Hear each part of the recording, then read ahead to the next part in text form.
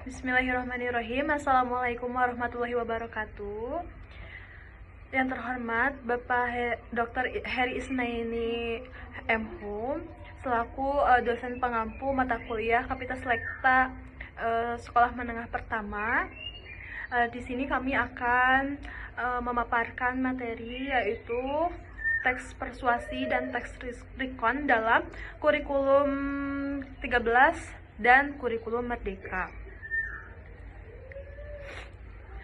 Kelompok kami diantaranya ada saya sendiri sebagai moderator yaitu Riznia Agustin, lalu ada rekan-rekan saya, ada Celi Juliani, ada Meisha Anissa, dan Kang Dikri Alsani. Baik, untuk yang pertama itu ada teks persuasi pada kurikulum 13 yang akan dijelaskan oleh Teh Celi. Kepadanya dipersilahkan. Baik, terima kasih kepada Terisni. Di sini saya akan menjelaskan mengenai teks persuasi. Jadi, teks persuasi adalah teks yang bertujuan untuk meyakinkan atau mempengaruhi pembaca agar melakukan atau mempercayai sesuatu sesuai dengan apa yang disampaikan oleh penulis. Dalam kurikulum 2013 atau Kurtilas, teks persuasi diajarkan untuk mengembangkan kemampuan siswa dalam menyampaikan argumen dan pendapat secara efektif. Struktur teks persuasi pada kurikulum 13 ada pendahuluan, yang dimana bagian ini berisi pengenalan topik dan tujuan penulisan.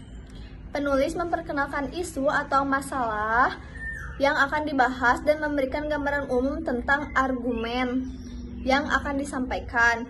Dan yang kedua ada rangkaian argumen. Bagian ini berisi argumen-argumen yang mendukung pendapat penulis. Dan yang ketiga ada penegasan kembali. Pada bagian ini berisi penegasan kembali pendapat penulis dan ajakan kepada pembaca untuk menerima atau melakukan sesuatu sesuai dengan argumen yang telah disampaikan. Penulis juga menekankan kembali pentingnya isu yang dibahas dan mengajak pembaca untuk mengambil tindakan tersebut. Lalu ada struktur kebahasaan teks persuasi masih pada kurikulum 13. Di sini ada kompetensi dasarnya atau disebut KD pada 3.14. Jadi, menelaah struktur dan kebahasan teks persuasi yang berupa saran, ajakan, dan pertimbangan tentang berbagai permasalahan aktual mengenai lingkungan hidup, kondisi sosial, dan atau keragaman budaya dari berbagai sumber yang didengar dan dibaca. Dan selanjutnya ada indikator pencapaian kompetensi atau bisa disebut IPK. Selanjutnya menguraikan struktur dan unsur pembahasan teks persuasi, lalu memecahkan permasalahan aktual yang perlu diangkat untuk diberi masukan sebagai bahan menulis teks persuasi. Terima kasih. Oke, terima kasih kepada Teh Celi. Selanjutnya ada menyajikan teks persuasi dalam kurikulum 13 yang akan dipaparkan oleh Teh Meisha. Kepadanya dipersilahkan. Baik, terima kasih Terisni. Di sini saya akan melanjutkan menyajikan teks persuasi. Yang pertama itu ada kompetensi dasar atau KD, menyajikan teks persuasi, ada saran, ajakan, arahan, dan pertimbangan secara tulis dan lisan dengan memperhatikan struktur kebahasaan atau aspek lisan. Nah, kedua ada indikator pencapaian kompetisi atau IPK. Yang ketiga ada membuat teks persuasi dengan memperhatikan struktur dan kaidah kebahasaan teks persuasi. Dan terakhir, ada menyusun teks persuasi yang ditulis dengan memperhatikan struktur dan kaidah kebahasaan. Nah, dibahas pengertian teks persuasi atau kurmer. Di sini ada teks persuasi adalah dalam kurikulum Merdeka, teks yang bertujuan untuk mengajak, meyakinkan, atau memengaruhi pembaca atau pendengar agar menerima suatu pendapat atau melakukan tindakan tertentu. Pendekatan dalam kurikulum Merdeka lebih fleksibel, memberikan kesempatan bagi siswa untuk menyusun teks persuasi secara kreatif, baik dalam bentuk tulisan maupun lisan. Misalnya tersebut ada struktur. Yang pertamanya itu ada struktur teks eksplorasi menurut Waluyo 2018 menyatakan bahwa terdapat 3 bagian dari struktur teks eksplorasi, yaitu bagian awal atau pendahuluan, bagian tubuh atau inti, dan terakhir ada bagian penutup. Di sini saya akan lanjut kompetensi dasar dibagi menjadi 3. Yang pertama itu ada dalam kurikulum Merdeka Kurme, kompetensi dasar untuk teks persuasi dirancang untuk memberikan fleksibilitas dan referensi yang lebih besar bagi siswa. Berikut adalah beberapa kompetensi dasar yang terkait dengan teks persuasi. Yang kedua ada menelaah struktur dan kebahasan teks persuasi. Yang pertama ada kompetensi dasar atau KD, menelaah struktur dan kebahasan teks persuasi yang berupa saran, ajakan, dan pertimbangan tentang berbagai permasalahan aktual, lingkungan hidup, kondisi sosial, atau keragaman budaya dari berbagai sumber yang didengar dan dibaca. Yang kedua ada indikator pencapaian kompetensi atau IPK yang menggunakan struktur dan unsur kebahasaan teks persuasi. Yang kedua ada memecahkan permasalahan aktual yang perlu diangkat untuk diberi masukan sebagai bahan menulis teks persuasi. Nah, yang terakhir, yang ketiga ada menyajikan teks persuasi atau kompetensi dasar yang menyajikan teks persuasi, saran, ajakan, arahan, dan pertimbangan secara tulis dan lisan dengan memperhatikan struktur, kebahasaan, atau aspek lisan. Di sini juga ada indikator pencapaian kompetensi atau IPK yang membuat teks persuasi dengan memperlihatkan struktur dan kaidah perbahasaan dengan persuasi. Nah, yang terakhir ada menyusun teks persuasi dan ditulis dengan memperhatikan struktur dan kaidah kebahasaan. Nah, lanjut sini saya akan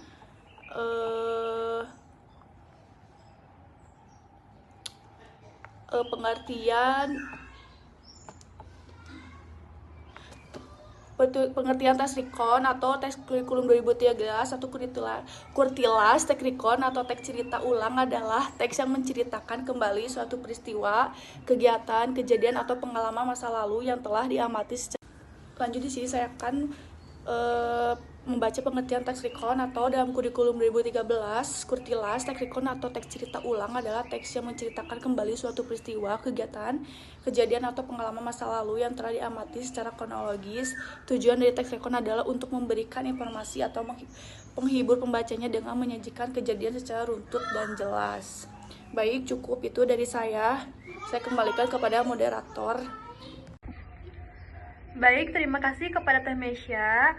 Selanjutnya ada materi struktur teks Rikon yang akan dipaparkan oleh Kang Dikri. Kepadanya dipersilahkan. Terima kasih kepada moderator. Di sini saya akan melanjutkan pemaparan materi dari rekan saya. Nah, tadi sudah jelaskan pengertian dari teks Rikon, kemudian saya akan memaparkan materi tentang struktur teks Rikon. Teks Rikon terbagi menjadi 3 struktur. Yang pertama, ada orientasi atau orientation.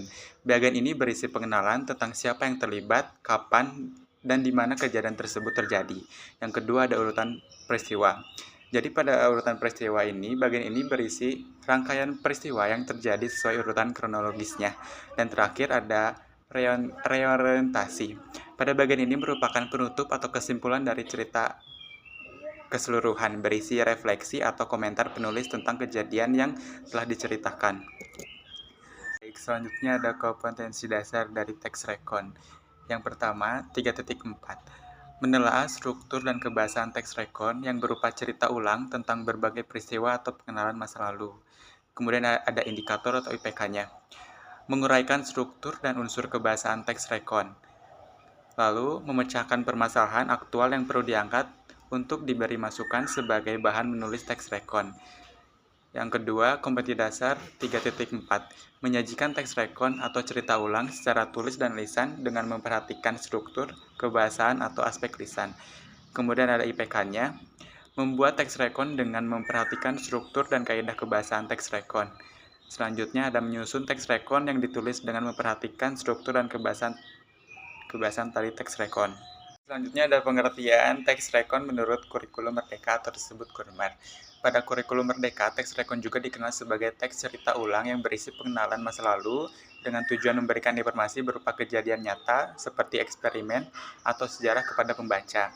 Kurikulum Merdeka menekankan pada fleksibilitas dan relevansi kontekstual, memungkinkan siswa untuk belajar dengan cara yang lebih interaktif dan relevan dengan kehidupan nyata. Memungkinkan siswa untuk belajar dengan cara yang lebih interaktif dan relevan dengan kehidupan nyata. Selanjutnya ada struktur dari teks rekon menurut kurikulum Merdeka. Terbagi menjadi 3. Sama halnya dengan struktur sebelumnya, ada orientasi. Pada bagian ini memberikan informasi tentang siapa yang terlibat, kapan, di mana kejadian tersebut terjadi, mirip dengan kurtilas. Kemudian ada peristiwa atau event. Pada bagian ini menceritakan urutan kejadian, peristiwa, atau kegiatan yang akan dijabarkan. Fokusnya adalah pada penyajian peristiwa secara kronologis dan detail. Dan terakhir ada reorientation. Pada bagian ini merupakan pengulangan pengenalan yang terdapat pada bagian orientasi, biasanya berupa rangkuman rangkaian peristiwa yang menceritakan reorientasi dalam kurikulum Merdeka, lebih menekankan pada refleksi dan relevansi kontekstual pada kehidupan nyata.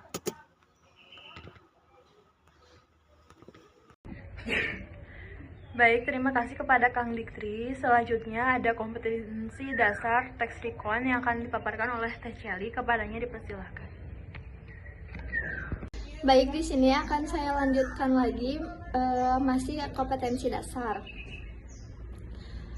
Di dalam kompetensi dasar ini ada capaian pembelajaran atau disebut CP, yaitu menelah struktur dan kebahasaan teks recon yang berupa cerita ulang tentang berbagai peristiwa atau pengalaman masa lalu.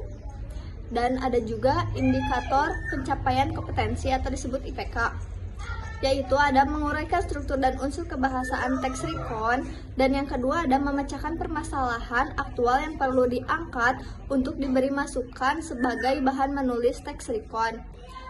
Selanjutnya juga masih ada capaian pembelajaran CP, yaitu menyajikan teks recon cerita ulang secara tulis dan lisan dengan memperhatikan struktur, kebahasaan, atau aspek lisan. Dan yang kedua ada indikator pencapaian kompetensi, dalamnya yaitu membuat teks recon dengan memperhatikan struktur dan kaidah kebahasaan teks recon. Dan yang terakhir ada menyusun teks recon yang ditulis dengan memperhatikan struktur dan kaidah kebahasaannya. Sekian, terima kasih. Dikembalikan lagi kepada Teh Risni. Baik, selanjutnya kita akan membahas materi tentang teks recon. Nah, ada beberapa poin yang memperlihatkan perbedaan antara teks recon di kurikulum 2013 dan teks recon di kurikulum Merdeka. Nah, perbedaan utamanya yang pertama, pada fokusnya kurikulum 2013 berfokus pada penjelasan umum, sedangkan kurikulum Merdeka fokus pada penjelasan yang lebih mendalam dan kritis. Lalu yang kedua, itu di struktur. Pada kurikulum Merdeka menekankan struktur logis dan penggunaan data. Lalu di kompetensi, kurikulum Merdeka menambahkan kompetensi menilai keabsahan informasi. Nah, lalu untuk penggunaan bahasanya, kurikulum Merdeka menekankan bahasa objektif dan jelas. Baik, sekian dari kelompok kami. Mohon maaf apabila ada kesalahan. Wassalamualaikum warahmatullahi wabarakatuh.